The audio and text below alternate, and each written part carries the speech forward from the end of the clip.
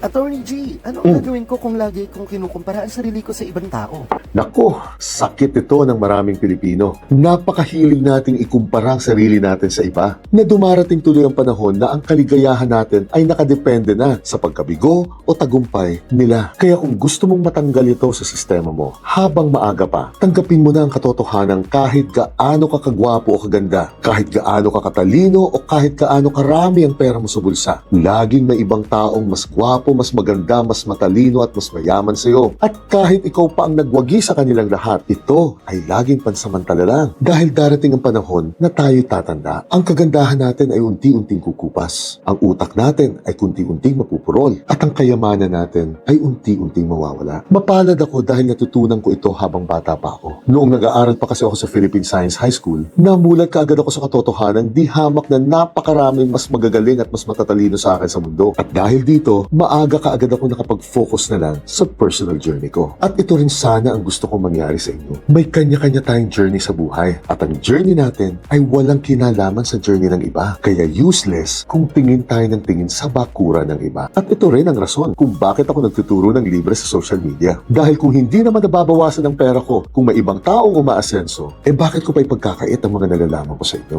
Jeanette!